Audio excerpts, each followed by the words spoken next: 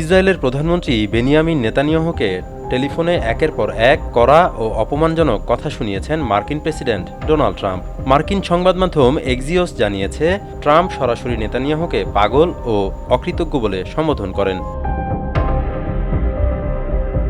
শুধু তাই নয়, ট্রাম্প তাকে বলেন, এখন সবাই আপনাকে ঘৃণা করে, এ কারণে ইসরায়েলকেও ঘৃণা করছে।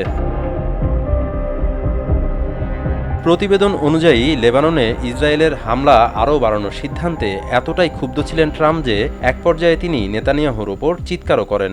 মার্কিন কর্মকর্তারা বলছেন, দ্বিতীয় মেয়াদে ক্ষমতায় ফেরার পর দুই নেতার মধ্যে এটিই ছিল সবচেয়ে উত্তপ্ত ও তিক্ত ফোনালাপ।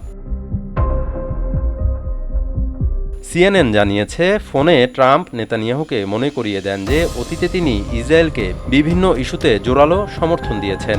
এরপর তিনি সতর্ক করে বলেন, লেবানন হামলা অব্যাহত থাকলে আন্তর্জাতিক অঙ্গনে আরও বিচ্ছিন্ন হয়ে পড়তে পারে ইসরায়েল।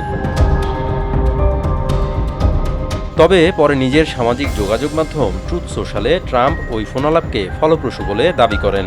অন্যদিকে নেতানিয়াহুর দপ্তর জানিয়েছে, হিজবুল্লাহ হামলা চালালে বৈরুতেও হামলা চালাবে ইসরায়েল।